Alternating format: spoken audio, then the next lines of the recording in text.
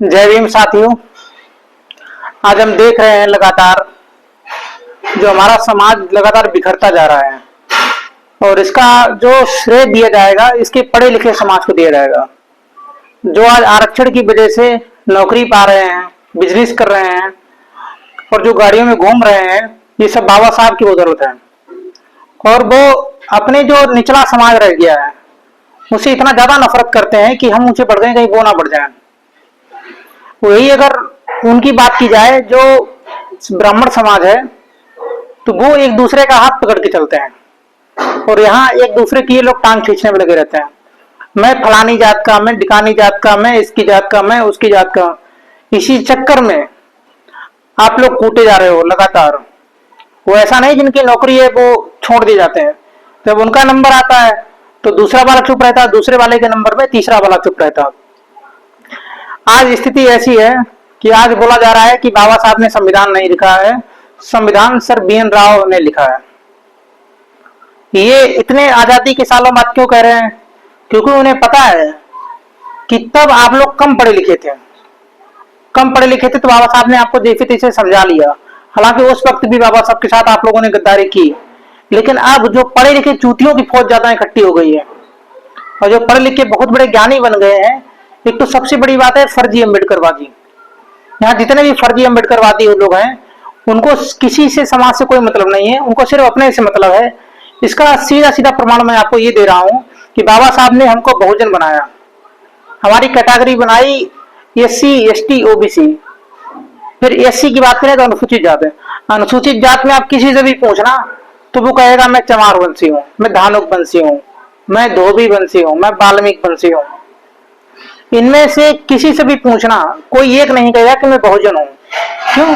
क्योंकि बहुजन कहोगे तो इकट्ठे हो जाओगे, शर्म लगेगी कि हमें उसके साथ भी रहना है।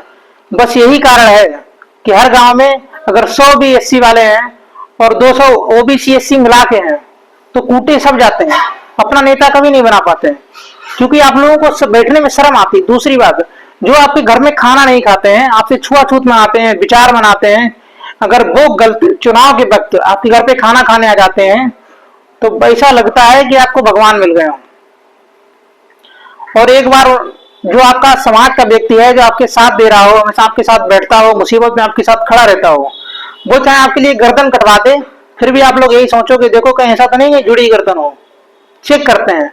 और अगर वही व्यक्ति जो आपसे छूत विचार मनाता हो, आपके घर का पानी भी ना पी रहा हो, वो एक बार आके आपका पैर छू ले सिर्फ चुनाव के वक्त, तो आपको ऐसा लगेगा नहीं अब तो हमारे असली बाप यही है, बाकी सब तो जिसने पैदा किया वो आपका बाप नहीं, असली बाप वही है।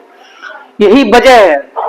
और हमने देखा है जब वो आज बोल रहे हैं सब लोग कि बाबा साहब ने संविधान नहीं लिखा है, सर BN राव ने लिखा है, तो सबसे ज्यादा खुशी जो है हमारे SC समाज के लोगों को हो रही है, उसके बाद OBC समाज को हो रही है।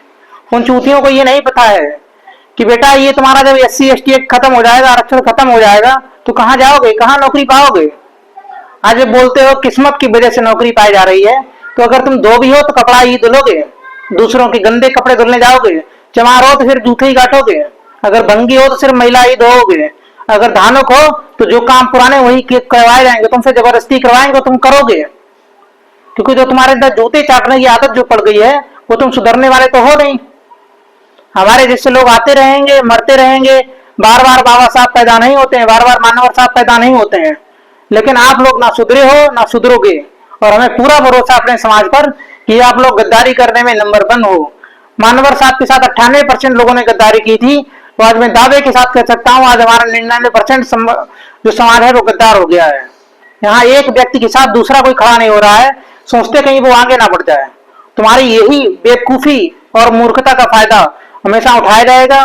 1.5% सिर्फ ब्राह्मण है, 1.5 से 2.25%, वो इतना ज्यादा संगठित हैं, शिक्षा में सबसे ज्यादा हैं, हर जगह नौकरियों में ज्यादा हैं। और मैं उनके समर्पण और त्याग को नमन करता हूं कि जो यूरेशिया से दूसरे देश से आकर हमारे यहाँ रहने लगे आकर और उन्होंने अपनी सत्ता स्थापित कर ली। उन्होंने वो जिसको चाहते हैं वो प्रधानमंत्री बन जाता है, जिसको चाहते हैं वो मुख्यमंत्री बन जाता है, जिसको चाहते हैं वो प्रधान बनाते हैं। सिर्फ 1.5% लोग। तुम लोग क्या सिर्फ गुलामी करने के लिए पैदा हुए हो? कब तक करोगे ऐसी गुलामियां? ब्राह्मण का सिर्फ चरित्र बदलता है, उद्देश्य नहीं है। और आप लोगों का ना कोई चरित्र है ना कोई उद्देश्य है। सम्राट अशोक ने अपने शासनकाल में जो जाति प्रथा थी, वर्ण व्यवस्था, वो कर्म के आधारित थी। लेकिन जब बृहदत्त ने अपनी पुत्री को अपनी पुत्री जब ब्याही कुसुमित संघ ने, तो उसने धोखे से सबसे पहले अपने बहनोई बृहदत्त की हत्या कर दी। उसके बाद बुद्धिस्टों के गले कटवाए और ये कहा कि एक सर पर एक सर्पी दी जाएगी। इतने गले कट गए कि इस नदी का नाम सरयू पड़ गया, सरयुक्त हो गई। अरे वो सम्राट थे, वो सिर्फ और ये 1.5% थे, उनके साथ इतने लोग थे, उन्होंने पूरा साम्राज्य खत्म कर दिया तुम्हारा। फिर उन्होंने व्यवस्था बनाई जात के आधार पर कि तुम जिस जात में पैदा हुए उसी में रहेगी।